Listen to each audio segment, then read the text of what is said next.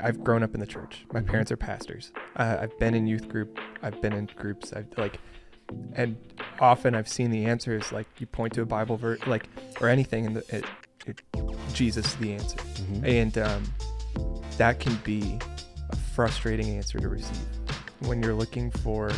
I think it goes back to kind of the legalism that we were talking about with Jason of like, I want black and white, yes or no. And the Bible doesn't necessarily give that in some certain circumstances. What I hear and like my perception of what you're talking about right now is that when people don't know the answer to a question, they use God or the Bible as a trump card. I do with my kids. I do. God's made it this way. Exactly. Yeah. Hey man, you want to talk about God?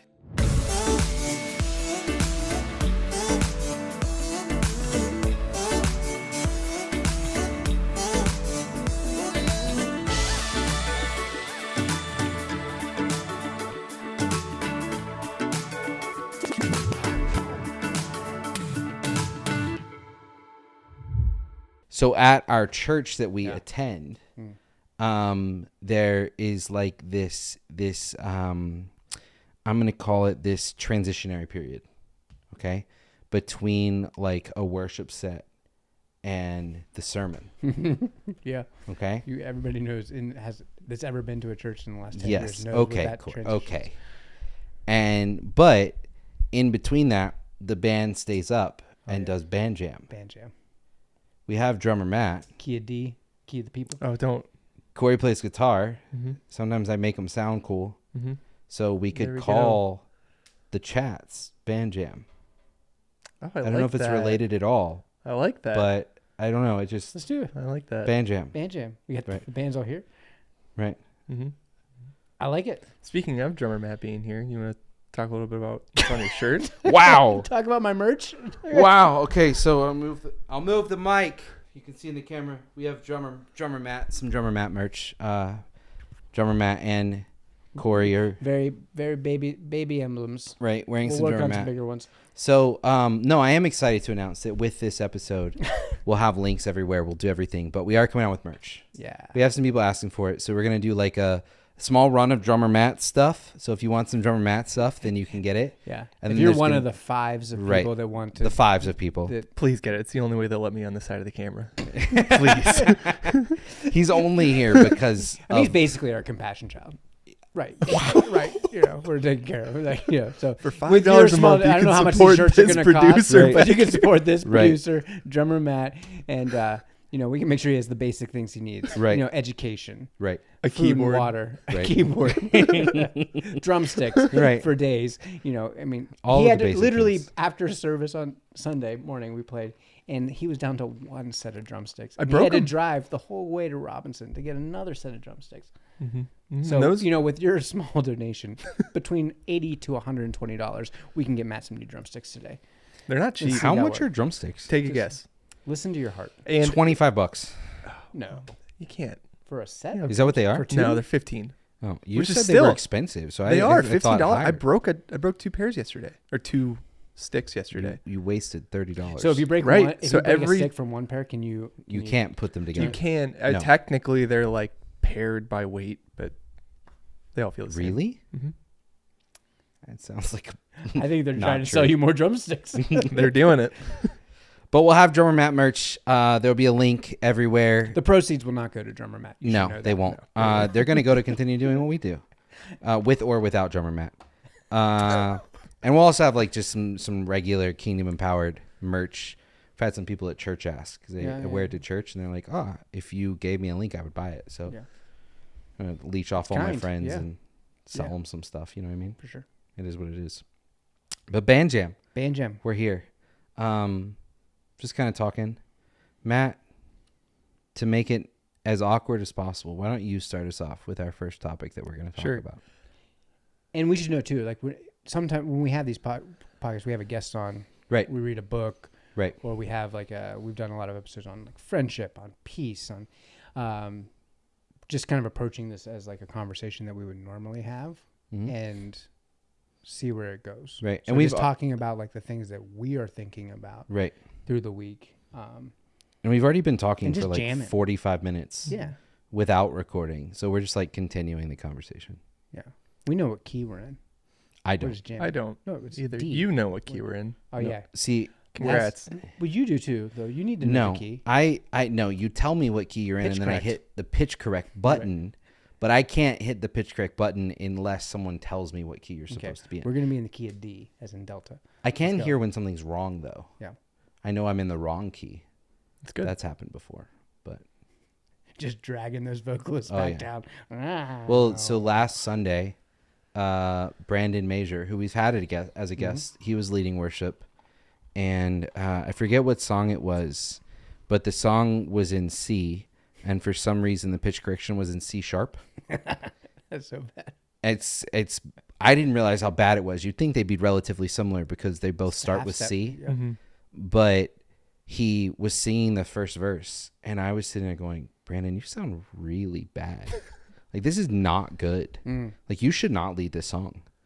And then I was like, wait a second, this could be my mistake. And it was. Mm. And then it didn't sound bad when we did it in the right key. Great. Story. But yeah, so what's going on in your brain, So let's Matt? let's break that down. So I wanted to talk a little bit about something that's been on my mind is like this idea of truth Truth. and my truth versus your truth versus truth, Mm-hmm. objective truth. In that situation, Brandon's in the right key. That's his truth. He sounds bad. That's your truth. Mm-hmm. You Mine mean is the middle, right, obviously. right? Anyway, but I mean, as far as like in relationships, in conversations, you have subjectivity of what is my truth versus your truth, and where does that line end, and what is like objective truth. I have two ways to go with this. Okay. One is biblical, and one doesn't answer your question at all. Which one would you like to go? I don't want you to answer my question. Okay, cool. So this idea of truth, your truth, my truth. I've said this on previous podcast episodes, like truth, like we're talking about this, right?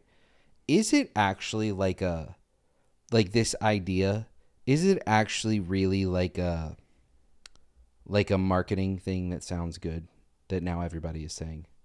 Mm-hmm. Like, I feel like nobody was talking about your truth and my truth, and there is one truth, particularly in the Christian world, like a year ago, max. And now Right. everyone says, like, there is a truth. There's one truth, like from a pulpit kind of preaching kind of thing, right? And is this like a culture, society thing that we're just referring to it as this truth? Or is it really actually just boiled down to, I disagree with people and I want a name for it? Yeah, I think like it's my opinion versus your opinion. Right. But like, what is the definition of being true? Exactly. Like Right. This is literally like your setup to get your computer No, and get Well, the so I want definition. our opinions first. No, for sure. So for sure, I think that's the thing. Is like we've made so to be true. Like the definition is to be something that is like is a fact. I Yes. pulled it up on my phone. Accordance with a fact or reality. Mm-hmm. But I feel What's like the definition currently, of fact and reality? well, we live in a universe Mm-hmm. full of multiple universes. Mm-hmm. Who knows? Right. I don't know. But we have, I think that there's something that's kind of like in what you're saying. We have made this idea of like personal truth Mm-hmm. to mean something different. And like to be truthful means to be in accordance with a fact or reality. Mm-hmm. But I guess we've blown up the idea of like my reality is different than your reality. Right. Whether that's right or wrong. Mm-hmm. Because we all have lived experiences and that doesn't take away from them. So we've kind of made truth doesn't have to equal fact. Well, fact is a thing that's known or proven to be true. So this just goes into a circle. It does. It does. I like Good. where I sit on this is I genuinely believe that this like term is like a marketing term, like AI, right? ChatGPT, all these things, they aren't really AI. AI doesn't really exist. Artificial intelligence isn't real yet. It's just not. Like a computer that can think, that can feel, it doesn't exist. And truth, Do you need to feel in order to be intelligent? well, that's getting into like Turing test and all this kind of stuff of can a computer trick a human into thinking it's real, and is the computer self-aware, and all that kind of stuff is like what artificial intelligence is actually under. Okay. Right? And I only use that example of like AI is a marketing term right now. Every software company on the planet right now is like, we use AI. No, you don't. You use a really big database. Like, chill. It's a huge Excel sheet. It's huge. Thousands. Right. Columns. But truth, I really do believe, is that there's been this thing, particularly in the Christian world. I'm not saying it's wrong, by the way. Like, I'm not saying no one should do this. But particularly in the Christian world, the Christian realm, of there are so many different things happening in the world that a lot of Christians disagree with. Or Christians, we looked at that list like weeks ago of like people think that Christians are bigots and they're judgmental, all these things, right? Yeah. And so there's not, I don't think in the U.S. at least, there's real persecution against Christians. But there is this idea of there's so many things that are not Christian, and now we're going to say, because we have the Bible, because we have God, ours is the truth, and yours is a different truth, and we want to bring everyone back to the one truth, which is the same thing that Christians have been saying for millennia. That's what Paul and Peter talked about of four corners of the earth, everyone hear Jesus' name, like bring everyone into this truth that Jesus is Messiah, he died for us. And like we have now grace, we have salvation, we have all of these things. It's just a new way of putting it, but I don't actually think it's this new idea of you believe what you believe, I believe what I believe, and I'm going to call it my truth. And now, and also it makes it harder to argue with because these are facts. This is my truth. You can't argue that. You know what I mean? Yeah. I was listening to a podcast. I think it was like Neil deGrasse Tyson was on, like maybe Joe Rogan, but they were talking about like they found that like the least credible witnesses, like in the court of law, is actually an eyewitness.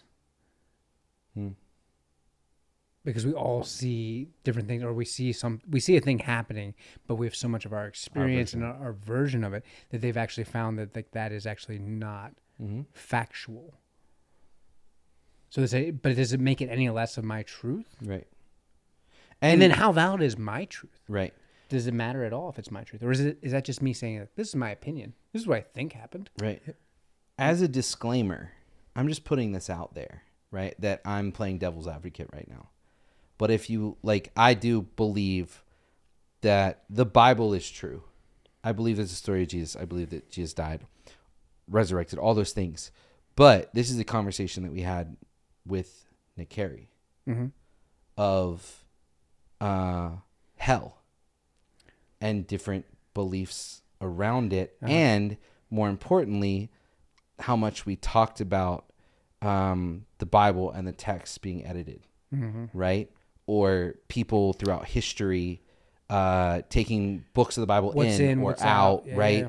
And doing things like that and translation. And so it comes back to this thing of like, if we're accepting the Bible as truth right here, right now, that it is a fact, it is reality, it happened, then we are working off of what men have done that may or may not have been inspired by God. So this idea was brought to me by some reading I've been doing where it talked about there are no inherently good or bad situations. There are situations, and then there's your perspective. And the lens that you put on things is your reality, which then challenged me a lot to think of like, how often have I misinterpreted a situation based off my perspective? And then that in and of itself, am I right to feel certain ways? Am I wrong to feel certain ways? Like where, and the whole practice is like practicing this like selective indifference of like things that are in your control, things that are out of your control. But you take things that happen and you naturally put your lens on it. And where does that, like, where do you go with it? I think it's interesting too that we have this default nature to say like, I misinterpreted it because I must have misinterpreted this because I have my experience and everything that colors what I've seen. it's not even a misinterpretation. Like that's just your interpretation, Mm-hmm. and that's okay. You know what else I think is like a built-in innate nature to people these days? Saying I'm sorry. I say I'm sorry all the time. I know, but it doesn't mean anything. It's saying like it does, but It does. It's like, you're saying it to move past whatever the issue is and move on. Like that's supposed to be like, I'm sorry, I didn't mean to. Now let's move on. That's really what it is. And you can go into whole actions louder than words, all that kind of stuff. But it's I feel like very natural for a lot of people to just say, I'm sorry all the time. But if you say, like, what does that really mean? When you say that all the time to different people for random things. Because then once you get that response, it's like, well, no, you like really hurt me. And you're like, oh, like Right. now I have to actually like listen and own up to the things that I've done. And Right. you can't move past it. Right. yeah. I think it's where I'm like been thinking about too is like the language we choose in those situations. So I think what are the situations that I say I'm sorry in? A lot. Mm-hmm. So the language that I choose in those situations is really important Mm-hmm. because like really what am I trying to communicate? Mm-hmm. When I just say, hey, I'm sorry, and you interpret that as like trying to move on. Like for me personally, a lot of times I think when I say I'm sorry, I'm trying to model a behavior that says like I'm going to take some ownership of the situation. Mm-hmm. I can tell you When maybe like, but really what I'm looking for is for then you to say I'm sorry too. So Right. that signals to me that you've taken some ownership of the situation as well. But if I don't get the I'm sorry back, Mm-hmm. I'm like, you have taken no ownership. Mm-hmm. But the language I used did not actually show that I'm asking you to acknowledge your part in this as well. Right. I could say like, hey, I need to acknowledge like that, like I did some things to cause you to feel this way. Mm-hmm. It's almost like conditionally apologizing. It's Mhm. I'm sorry as long as you give it back to me. Right. And I've shared this story a lot too. I feel like that, and still working through it is this idea of like being convicted, like God saying like, Cory, stop apologizing with a condition. Mm-hmm. Because if we're in a situation and I say I'm sorry to you, but I feel it was like kind of like mutually crappy, Mm-hmm. like we both played a part, and then you don't say sorry back, and I leave that with an expectation to be like, hey, this situation's not resolved now because he hasn't said he's sorry to me Mm-hmm. too. Like then my heart's not in the right place to even apologize. Mm. Like so the ability to apologize with no conditions because that's what's right for me. Mhm. Because asking and really is we say we're sorry when really like should we be saying like I had this behavior, it caused this impact on you. I'm asking for your forgiveness. Do you think that if instead of you or someone else saying I'm sorry, if they said I was or I am wrong, does that have more weight? Does that have the same or a different meaning? Yeah. Yeah. I'm like sitting in that like a second just Yeah. like Growing up, my parents would always teach us that the way to apologize is I'm sorry for, and then you go into a full confession audit of the things that you did, but it provided within it that verbal expression of acknowledgement of like, I did this wrong. I acknowledge that I did it wrong, and I'm sorry that I did that to you. And then it was not like the response was never it's okay, because you don't want to encourage the things that you're doing wrong, but I forgive you. And you had to express I forgive you, and even on top of that, like conditional apologizing, like unconditional forgiveness too is like. Yeah. Is it like something that is, we're going to use the word innate again, but like when you go into those situations where you kind of put your guts out there for somebody and you say like, hey, I'm going to be vulnerable enough to acknowledge my faults in this situation. Like, is it wrong? Like, I want the validation of like, can you forgive, like you telling me that like, it's okay. We'll move past this or whatever. Like I need a validation sometimes. I feel like I need validation for acknowledging the act, which I think is a big boy move.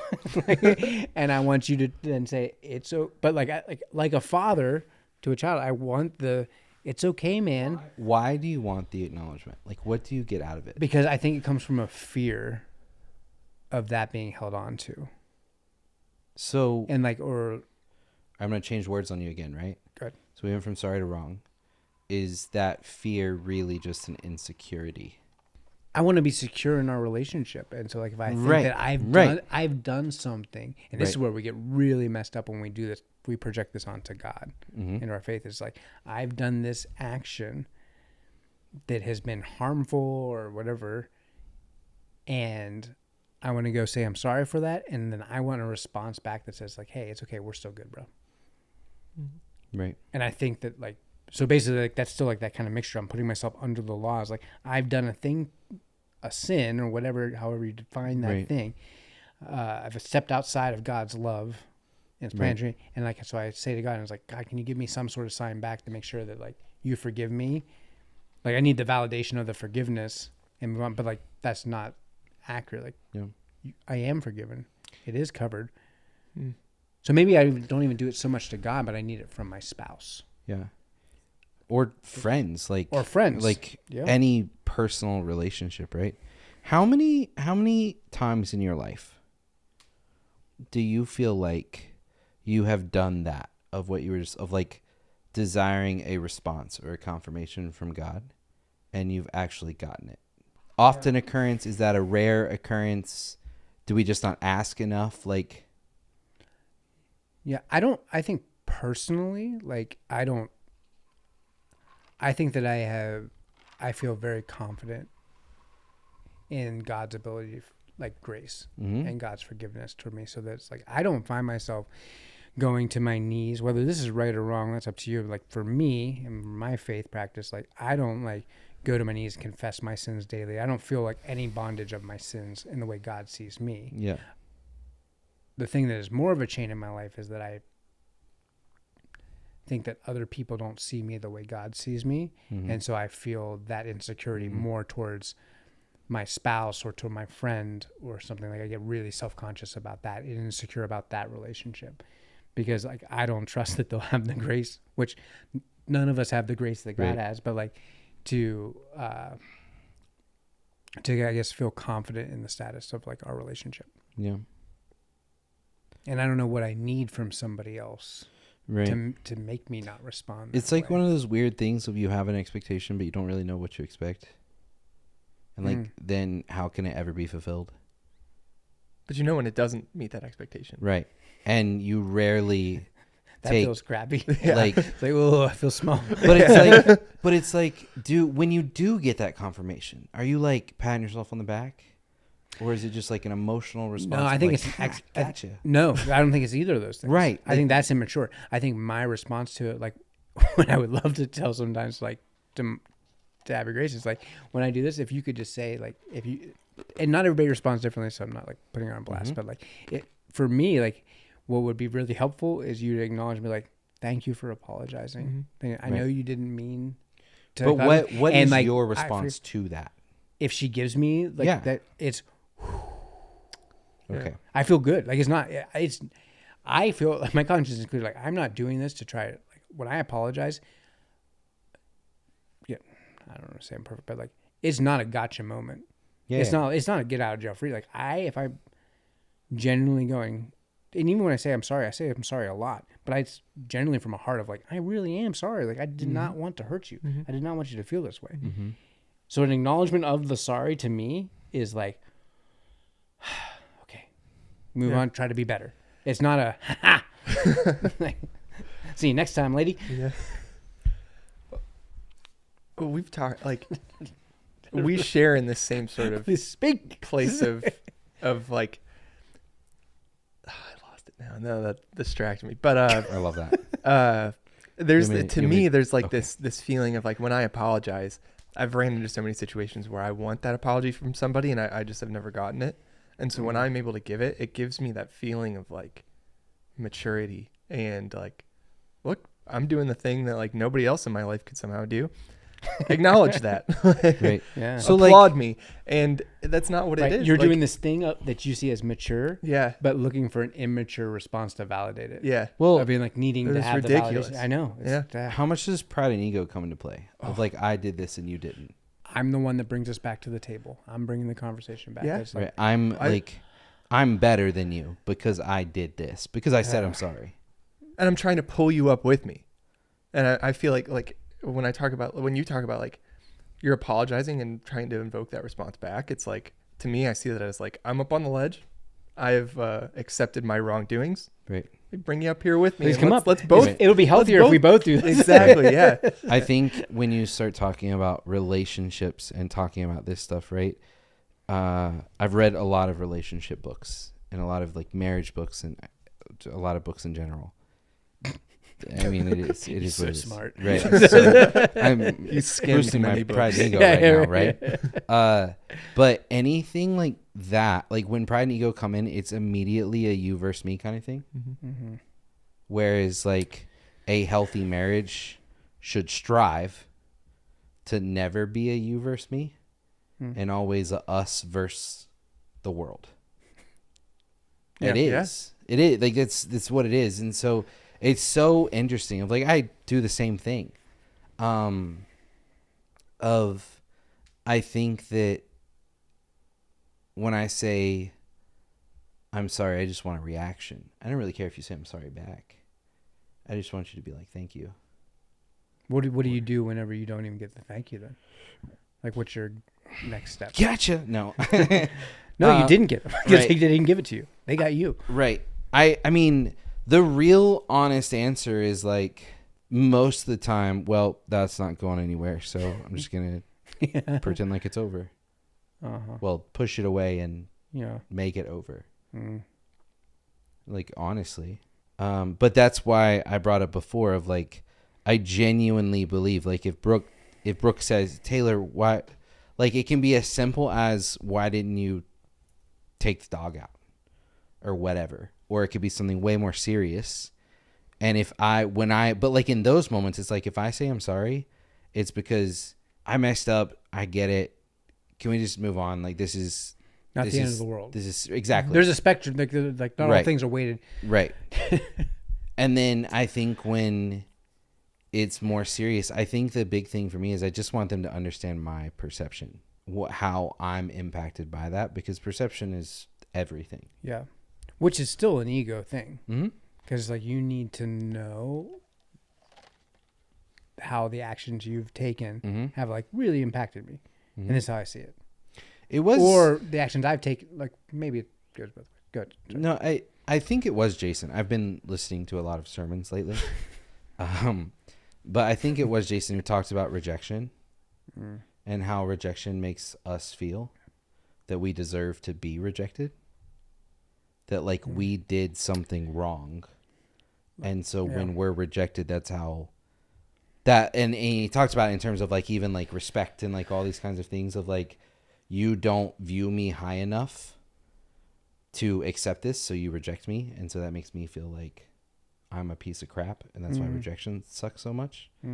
But I think that that's where a lot of like disagreements can come into, of where like I don't want you to reject how I'm feeling or what I'm thinking.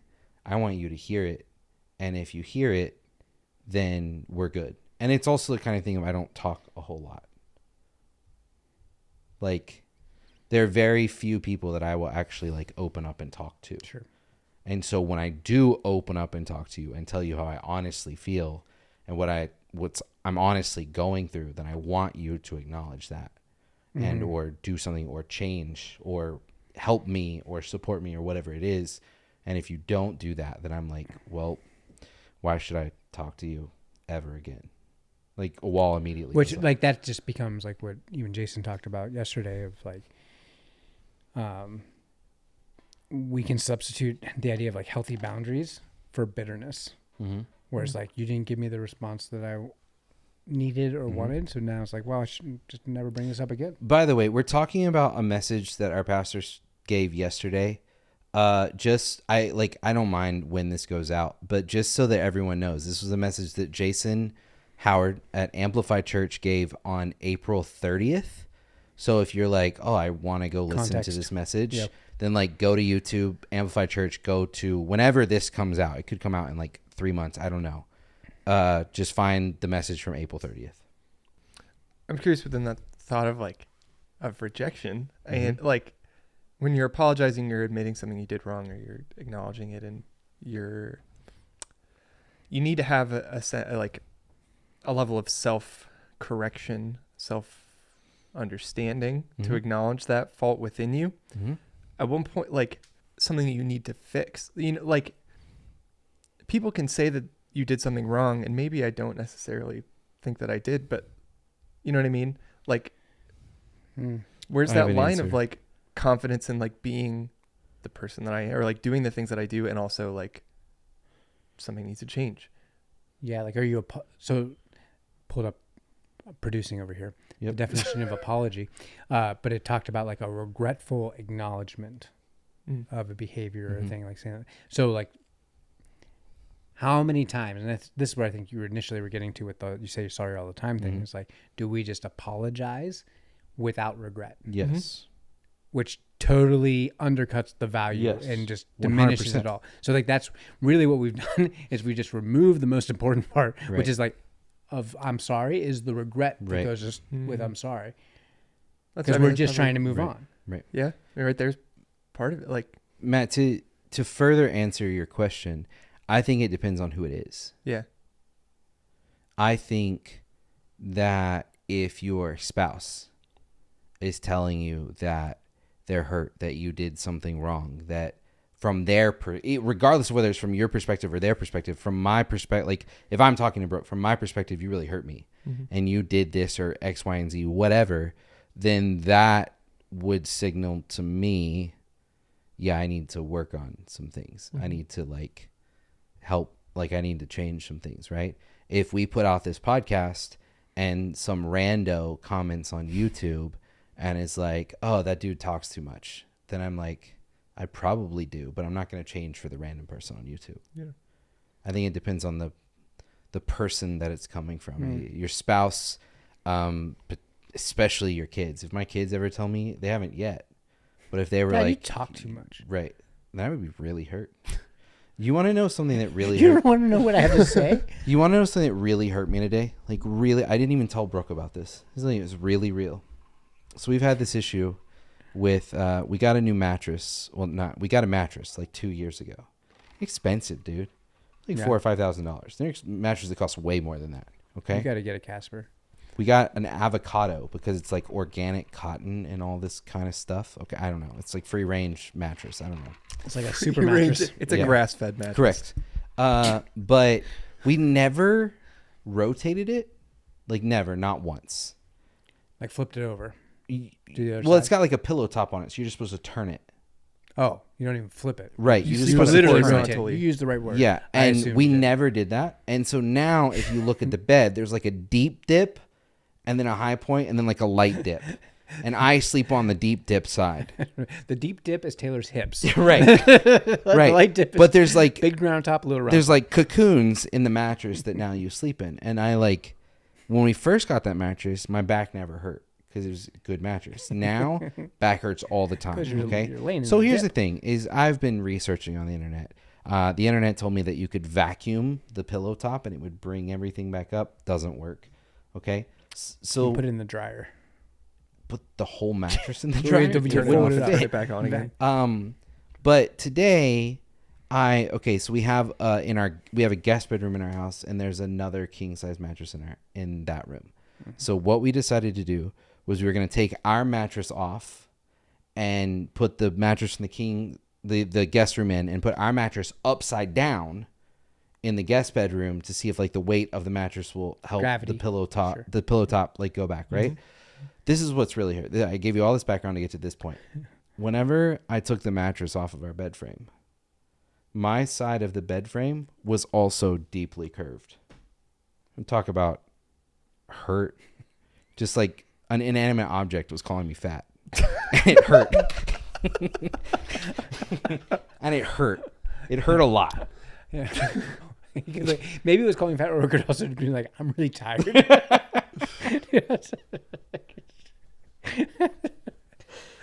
Doing the Charlie Brown walk out of the room with the mattress. I didn't know. I just showed you. It was just like that was just a brutal honesty right there. So, okay, good. So I went to Lowe's and I bought some cinder blocks and I put them underneath my side of the bed. What? It up. Yeah. I tried to bend it back. It wouldn't bend back. What's the material here? Metal. Oh, but those are thin bars, like the. No. So the slats across are wooden. Uh-huh. Okay, so the bed frame itself has ones that go this way, and it's like two on the side, and then one in the middle, and then two in between that, and the one that's on my side in between the middle one and the side one, it's just like. So rotating the mattress wouldn't necessarily. No, it wouldn't do anything. But that also could point to why there's such a deep dip in the mattress, because the bed frame has also got a deep dip in it. This was pre-January too, man. Right. You've been doing good work. And so I went to Lowe's and I bought a cinder block and I put it underneath my side, and now bed perfectly flat. It's brilliant. And it will never deep dip again. Because I mean, unless I break the cinder block, but that would be. You've got a business idea right here. You We bed should- we- blocks. Sell yeah, cinder it's blocks. Bed blocks. Bed blocks. We should cut this part. We got millions right here in 15 seconds. True. Don't give anybody our secret. Oh. Mm-hmm. Okay, At least 15 people will watch this. So. Matt, do you feel like any part of your question, your topic, anything at all around truth has been discussed or answered at all? I think it's really easy to point to the Bible and say this is truth. What does that mean? Like, because that's kind of the point that we got to, is like, as Christians, we point to the Bible and we say this is truth. What does that mean? Mm-hmm. Do you feel like, now, like, it's such a cliche question, but like, how do you feel about that? Like, you asked this question, like, my truth, your truth, subjective truth, and now we've gotten to this answer. Like, I don't know, how do you feel about that? Like, We're not at an answer. Well, It's right. The deepest, the realest question, I think, for like Sure. people that ascribe to a faith is looking at that spiritual text and saying, like, what does that mean when you say this is? Oh, I think it, like, I mean, this is like background on me. Like, I've grown up in the church. My parents are pastors. I've been in youth group. I've been in groups.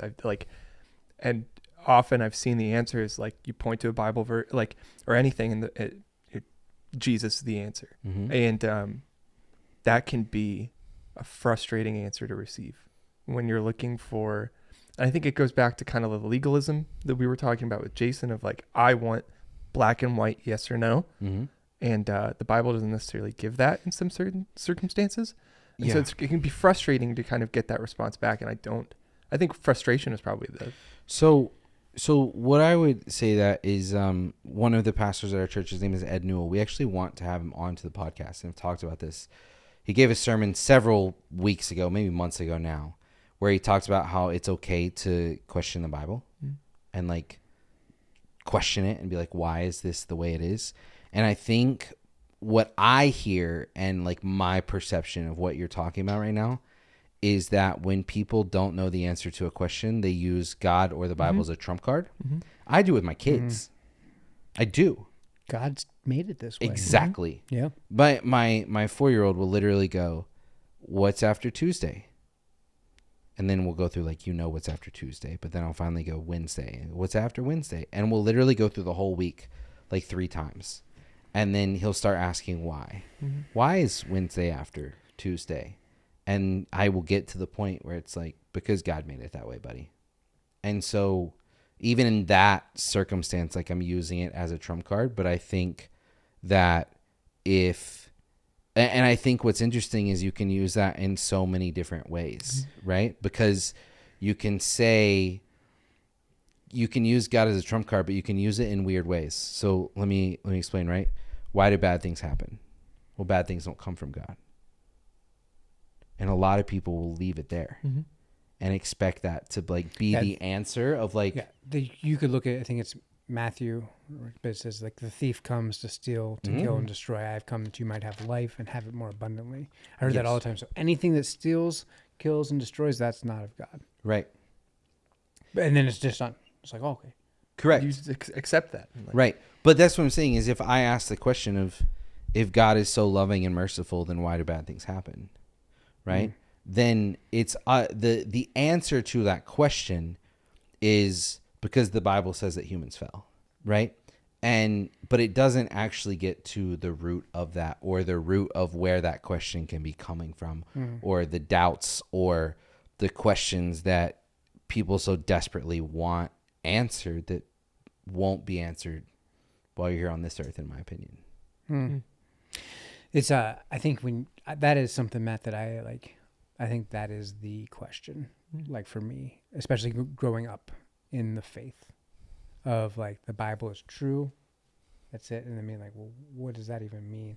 And we were actually having a conversation, again, I don't know when this will come out, but like people throw out this term, the inerrancy of Scripture, as like a fundamental thing. If you don't have that, you have nothing.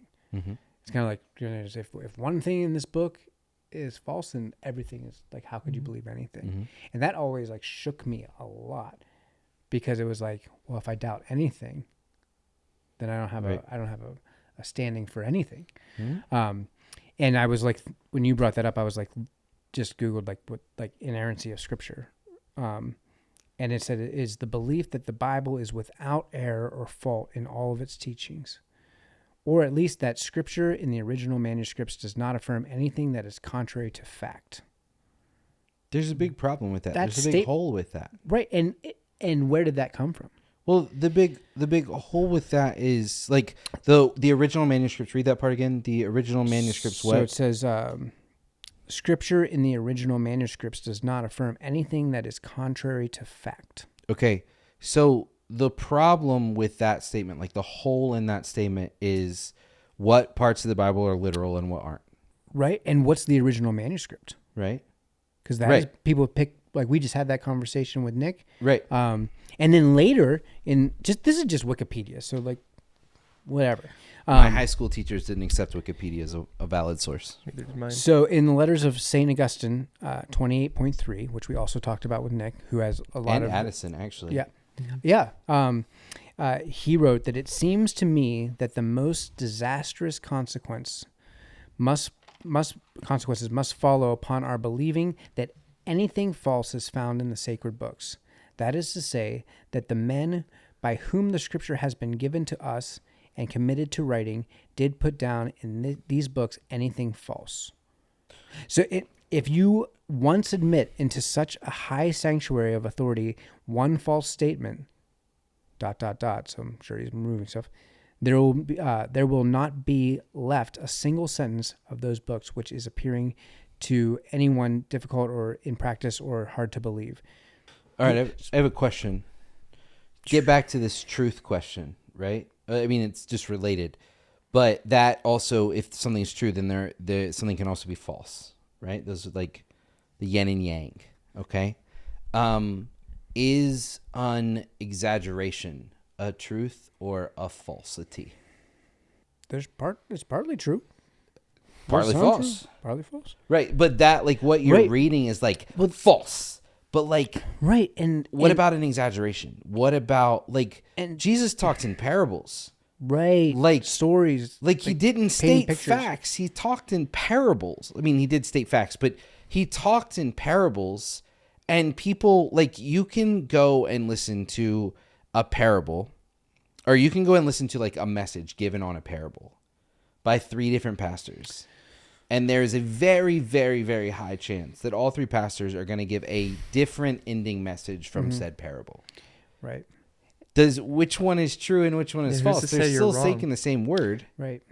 And that's what I think that when I, again, not to go back to like fanboying, but I love interpretations and context that's provided by people like Rob Bell and What is the Bible, is because I think if we start going through this thing of like, well, everything in the Bible is fact or not, is like we're asking the wrong questions about what the truth of God is. We're looking for the wrong answers. Great. So I always say is like, is it important to you, which again, doesn't really matter whether you think that I am in good standing with God or not, but like, is it that important to you that like, if I say like, I don't believe in the literal Noah's Ark story, like, do I have to believe that that is factually true in order to find the truth of a God that is different in that story? And I know I've brought this up, I'm not trying to sound like a broken record, but like, I think that is actually like, that's to me a less mature way of looking at it, of just like, it has to be like, if you're going to say that there's anything but an actual fact in here, that's blasphemy. And it's like, well, it's not a book of facts. Correct. It's a book about the nature of God. And if it was like, This is where it gets so crazy, because if everything we knew about Jesus, God, heaven, the Bible was a fact, it was irrefutably like undeniable by anyone, faith wouldn't be required. Right. Faith is no longer a thing because it would just be something you know. Right. Faith is defined in the scripture as the substance of things hoped for, the evidence of things that you have not seen. Correct. And so, like, that's where it gets weird. But that's so cool too. Even that the substance of the things hoped for, Right. The meat of the things that are Right. hoped for, like that. It's like, it's not just like hope. People make hope as it's like, I hope it'll happen. Right. It's like a daydream. But Right. like hope is such a rich, like hope in God, hope in the divine, Right. a rich and kind of meaty thing of like, there's unknowing there, Right. but there is substance there. That's why so many people buy lottery tickets. Serious, for like you buy a lottery ticket and then like the drive home, you're thinking about what you would do with like $100 million. That's why they buy it. Like the dopamine rush from that. By the way, I want to point out that if anyone's listening to this, whether you're listening to it, you're watching on YouTube, you're watching it wherever it could be, we are not pastors, and we're not claiming to be.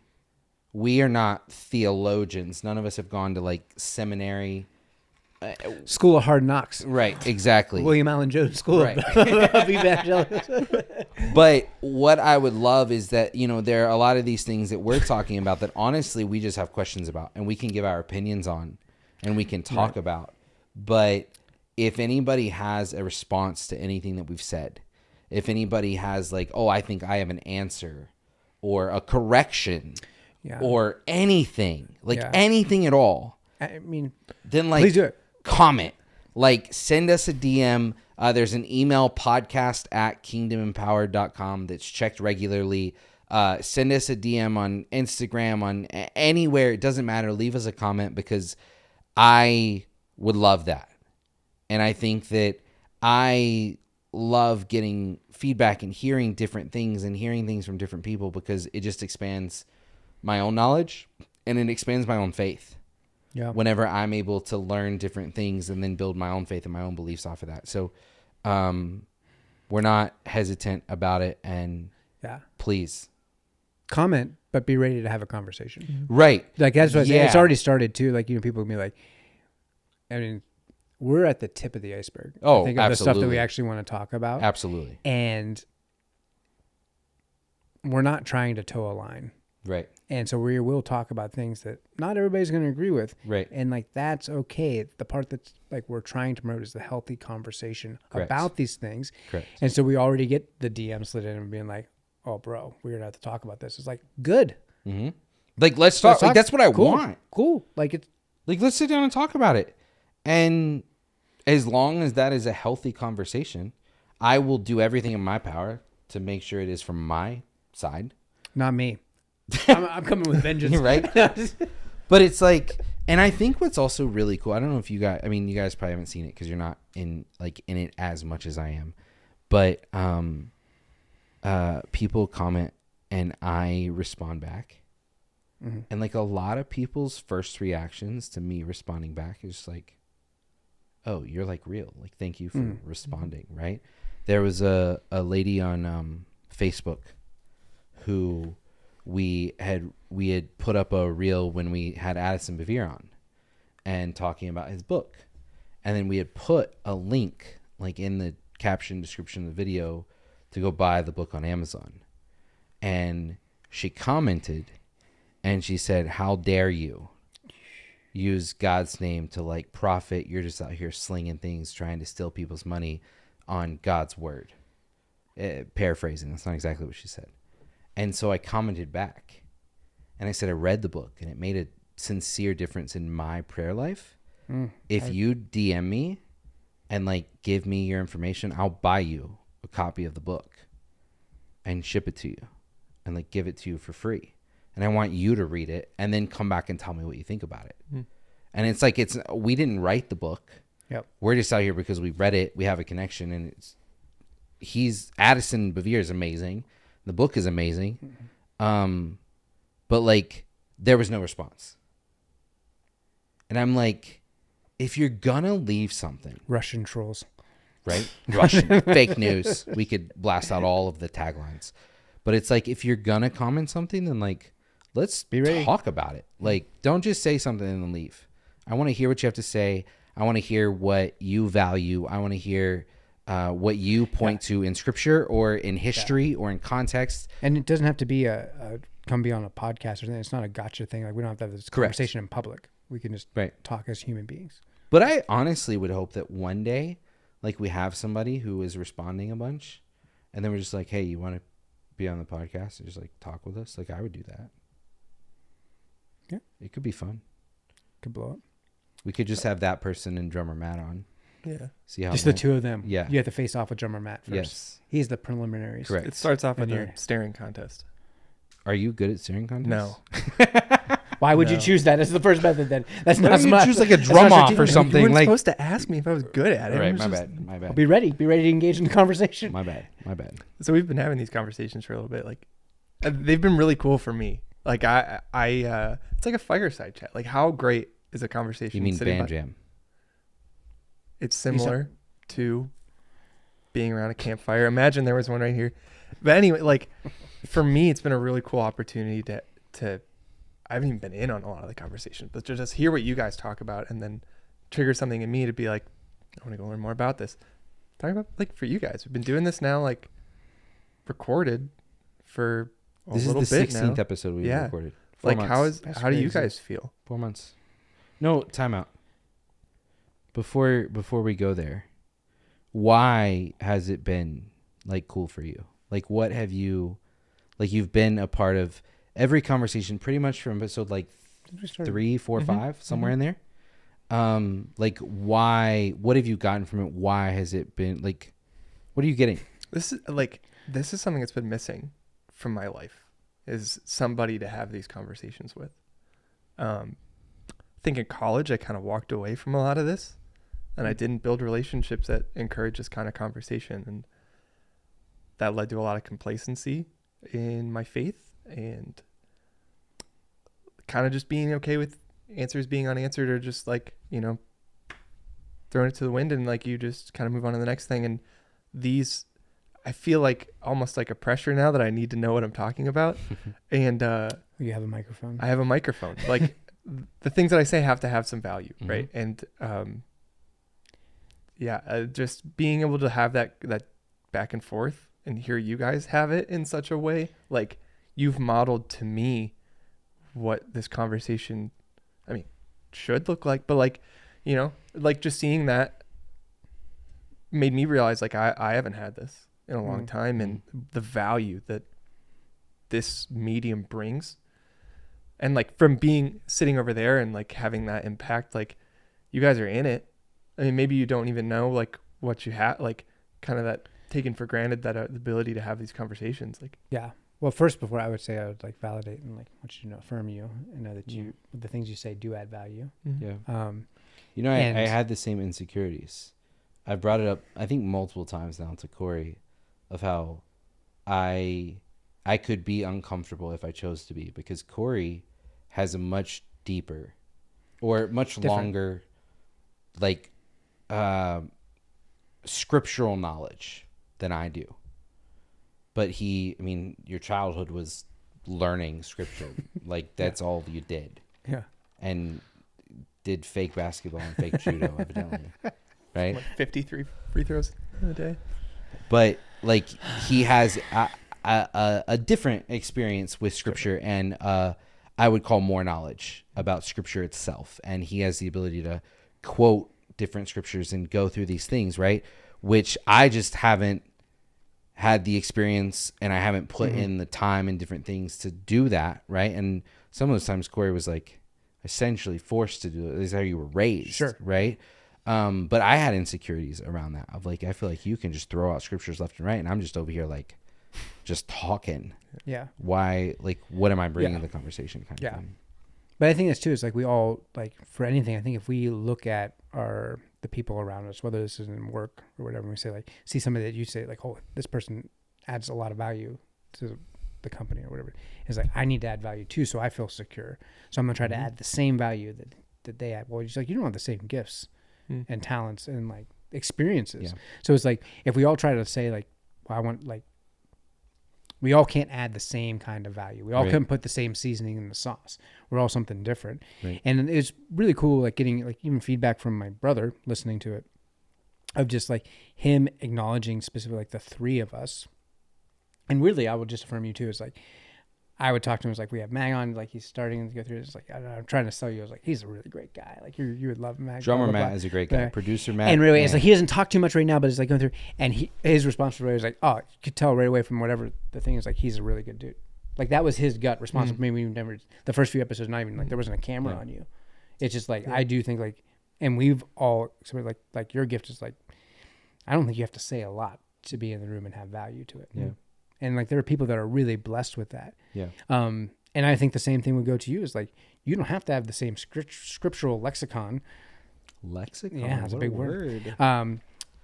To have value, like big your words. strengths you're different. Like you bring in a different energy. And like, I'm not trying to go on a soapbox, but like even having the last interview that we did with Scott and Jenny Graham, but like they acknowledge it is the fact that it's the dynamic that we work in that makes us different. There is no one, like me by myself talking to a camera. I don't think it's not engaging, and I don't have the actual like knowledge that like there's a reason why I'm not a pastor. Yeah. Like it's not what I believe You I'm like called could to do. be, but you're not called to be. I don't think so. Right. No. But like what I love doing is being like, and I don't want to do the intros to a podcast. I don't want to say what's up, guys. I suck at that. Right. What I want to do is like feed off of your energy and provide a different context and a different or another perspective, or take the conversation a different way. So I think like, I don't know. That was all just for him to say like, you're okay, Matt. All right. So now, Wait. So now we've gone around the circle and we've all complimented each other. It's nice. Let's talk about what we do. But mostly me. So Right. you haven't yet. So now we're gonna switch to a roast. Right. You haven't complimented me yet. That was on purpose. Roasted. No, but what you asked another question, like how we were feeling about. Yeah. This is a good Let's question. get the conversation off. You said Tim. this yeah. Roasted. So you said this is stemmed off of conversations that you've been having. Has that changed now that they're recorded? Like, how do you feel the last few months that you've been doing this? In all honesty, I've shared this with Abby Grace, with other people. Like I was like, my relationship with Taylor has grown over the last few months because we were being more intentional. We shared this on the podcast too. We had these like kind of like big conversations once every few months. Right. When something on it, like you just end up staying up till way late and just like me like leaving me like, wow, that was such a good conversation. But we always said they were fewer and far between. So now that they're more consistent, like I feel, and like we've been all pretty good, I think, over the last couple of years of being around a fellowship of believers and people and talking about God for the last few years. And I think that has all been like a progression and is good. But like I have felt something different since the end of January and starting this. Two things, because we're having these conversations more intentionally and more consistently, focused on the nature of God, which draws us closer to one another. But I would also say, off of the camera, the thing that I think might be surprising is that actually I think that we have reached a different level of more consistent communication and openness. It's not that we just now have the conversations here and are kind of like checking out until the next time we need to like push record. It's been very cool to be, because like he's been my best friend for the last, since 2017, 18. I don't know when we started getting closer, but like that's who I would identify with. But this act of being disciplined and recording these conversations has actually led to us being more connected off camera. Right. That I think like I in my head, I was like, well, how could we be more connected? He's my boy. We text all the time, but like what the substance of the things that we're talking about is different. And I think there's something really cool about being, if you have the opportunity to be aligned in a vision with your friends and going towards something like that is, you don't get, I don't think a lot of people, you get a lot of those experiences. Like usually you go to your, and we all have our own jobs, right? We do it, but like you go to your work week and then like your friends or somebody like maybe you get to see on the weekend. Right. And like, but making it more of like, this is like, we're doing life together. We're growing in our understanding of the nature of God together. And we're also like trying to create a project together. The act of creation is really cool. There's a lot of vision and plans behind it. We're not just doing it to just do it to have fun. Like there is a purpose behind it, and that makes it and I feel even like more so. Maybe, I'll speak for me, but I think for both of us too, the difference is doing something like this is something I've shied away from for 30 years, 37 years, 100%. Like my whole life. And I think there is something powerful about like if you actually connect to something that maybe this isn't our purpose in life, right. whatever that even freaking means. But like I do think that like we are both leaned in for the first time together into something that's like that we're actually called to do. And I think that fruit of that is shown in our actual relationship. I don't know. I talked a lot. Well, I'll give you two things. The first thing is unrelated to Matt's question. The second thing is, the first thing is that I was looking at, I scrolled all the way back to The Basement with Tim Ross, the beginning of his show. And I want you to know. I know where you're going with this. That he recorded either 14 or 15 episodes. This is the 16th episode that we've recorded. Doesn't mean that's the order they come out in, but this is the 16th episode we've recorded. With his episode that came out, it was either 14 or 15th, I don't remember. Up until then, he was coming out with one podcast a week. It was weekly. And starting with like 15 or 16, somewhere in there, he started coming out with one every 2 days. So, are we ready to start recording to get one out every 2 days? Do we have the same following that he had at week 16? I really don't know. Honestly, I'd be very interested to see. I also remember we've talked about doing podcasts before, and you're talking about like being in a room.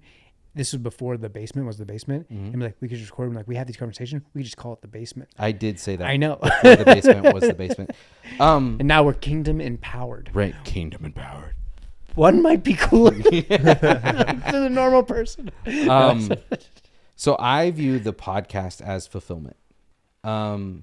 There's so much happening with Kingdom Empowered and with a sister company called Empower the Kingdom behind the scenes. Why isn't it a brother company? It could be a brother company. I think it's just a vernacular, right? Just wondering. But there's so much work and there's so many things that are going out. So much content that's being posted, so many different things.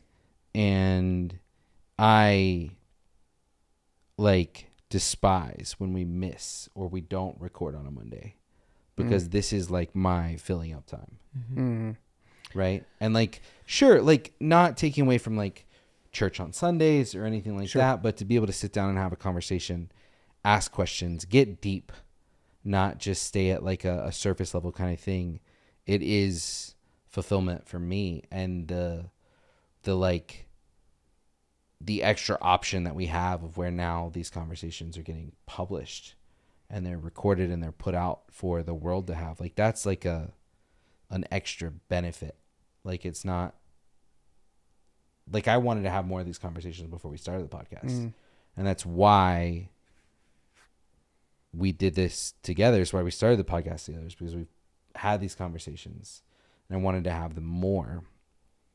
And so this is just like, I was talking to somebody the other day and they were talking about, 2, 3, 4 years from now, like, where do you see yourself?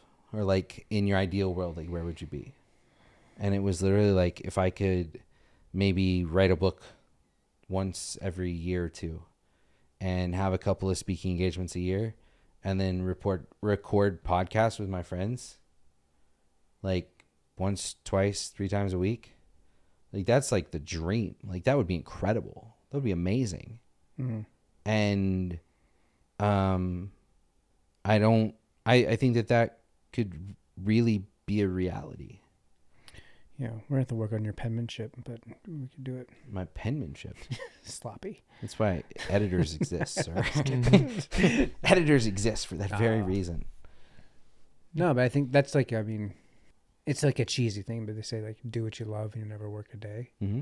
But like what I would really like love doing, and it's like, is like having these conversations Right. about God with the people I care about and Right. people I don't know, Right. to get different like it's like if you could do that, like if that can be a thing, Right. and whether we end up, I really think like whether we end up making a living off of this or not is like we're all here. We're gonna keep having these conversations. Mm-hmm.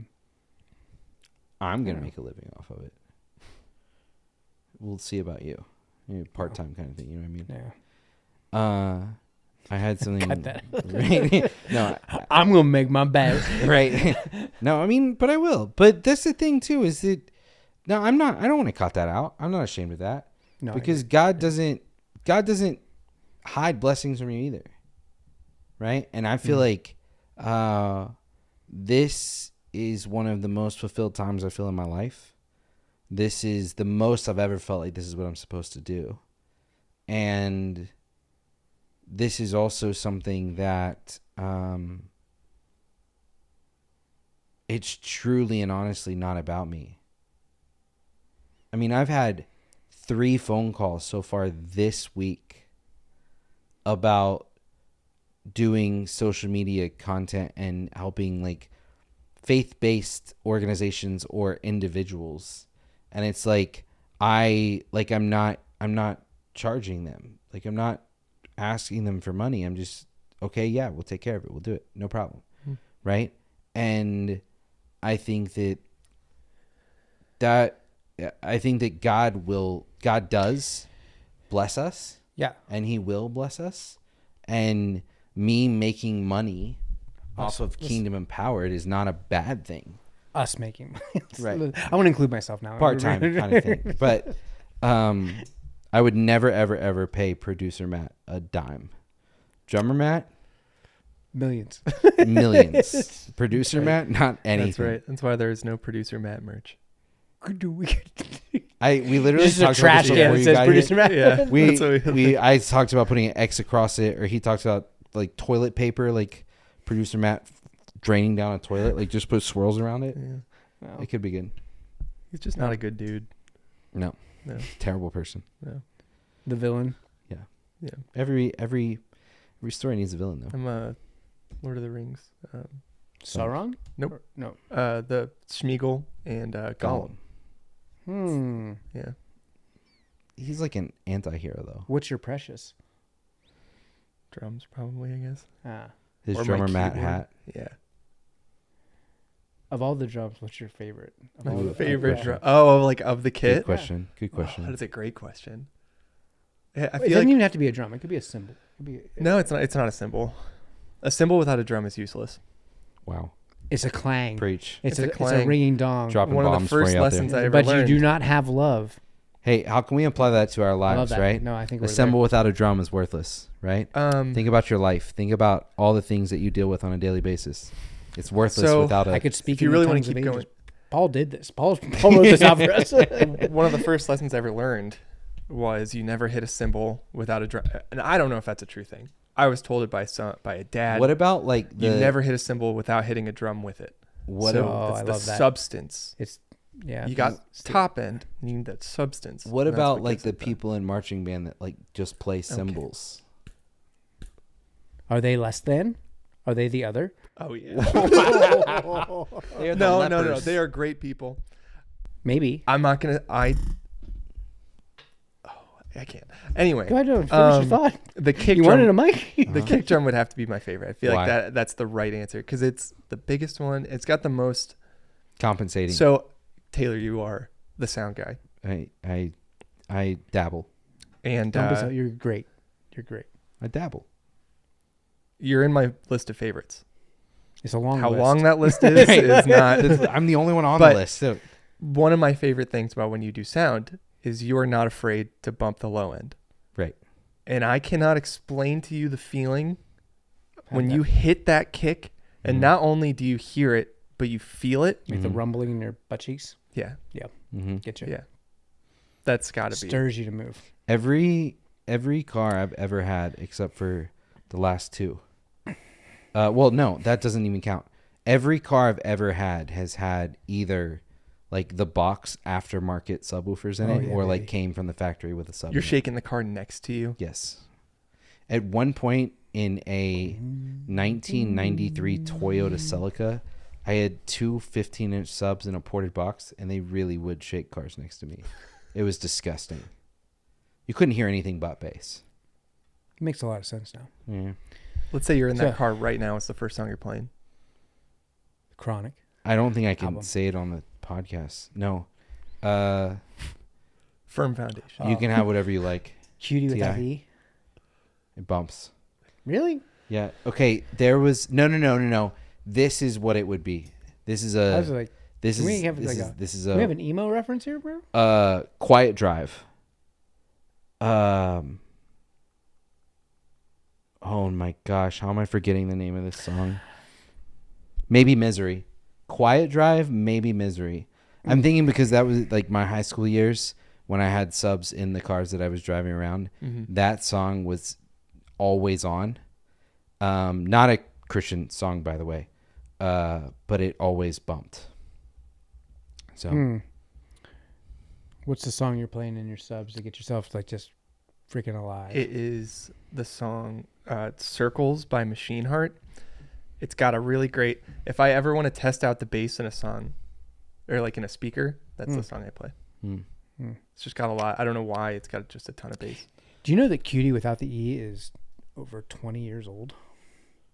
Like Taking Back Sundays. no. Sunday. Taking Yeah. Back Sunday is not. 20, no, they 2002. are. No, they are. Wow. 20 years old, that jam. The oldest band in the world is Norma Jean, I'm convinced. Willie Nelson turned 90. Norma Jean is older than that. All of their band members. All of them? They're not actually. Do you know who Norma Jean is?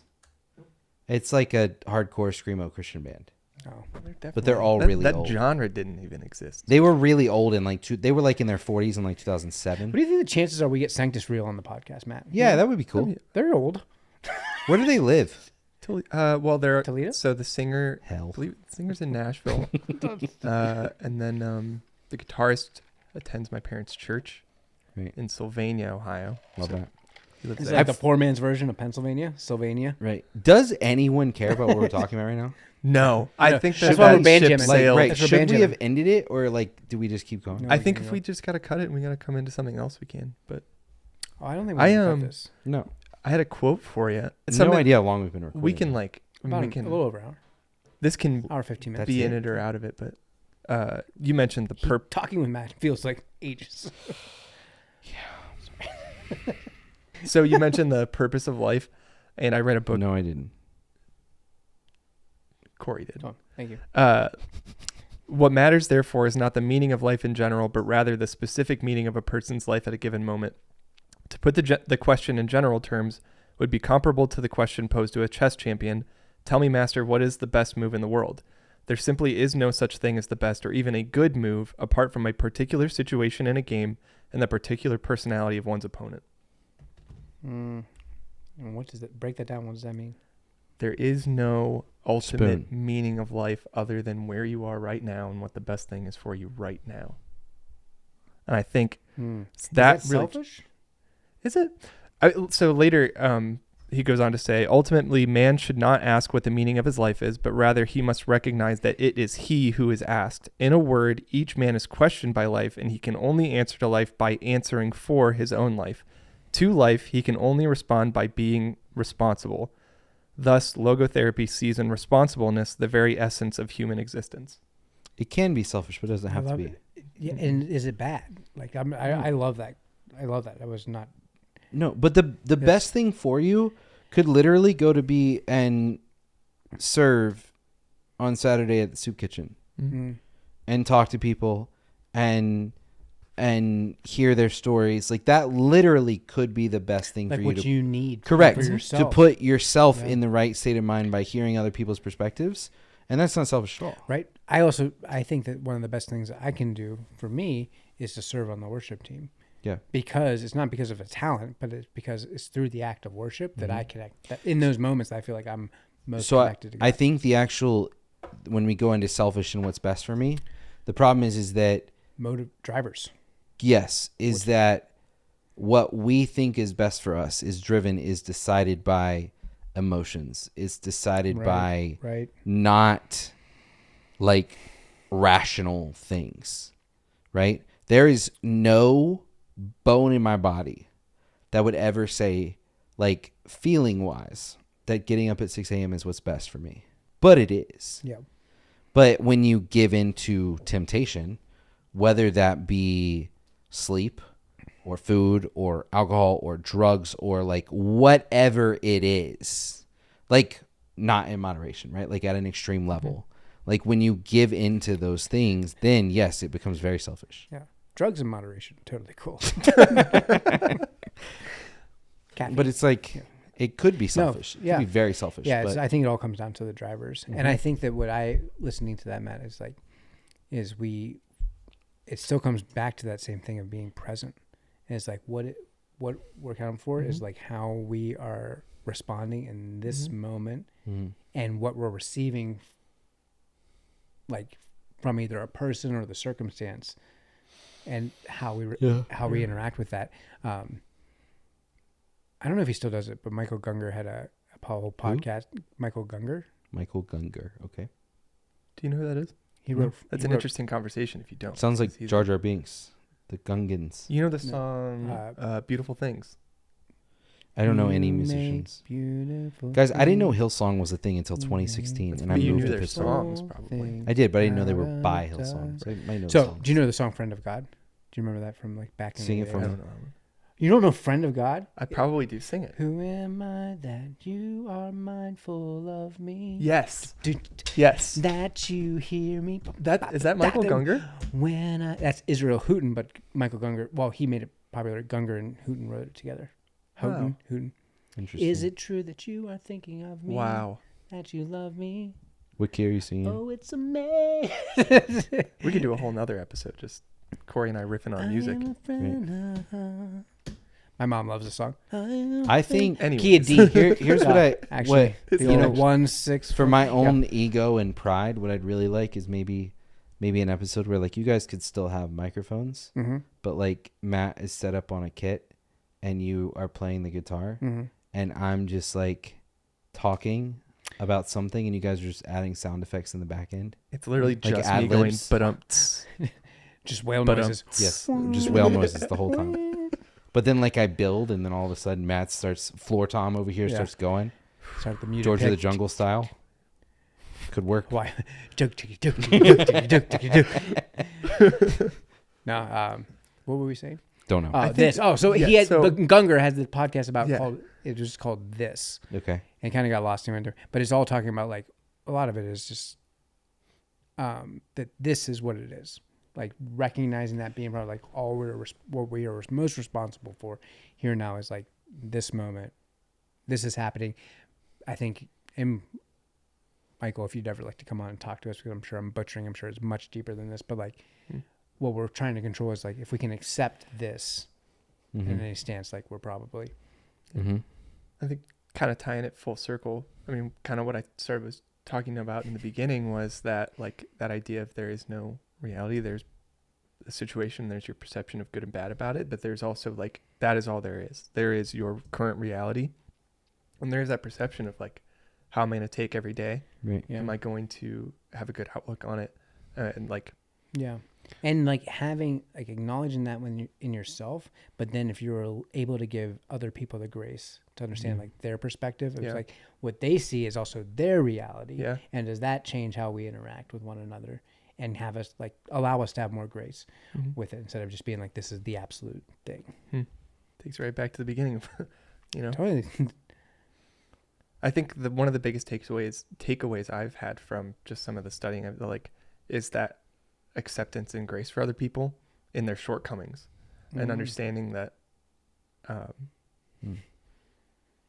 if I can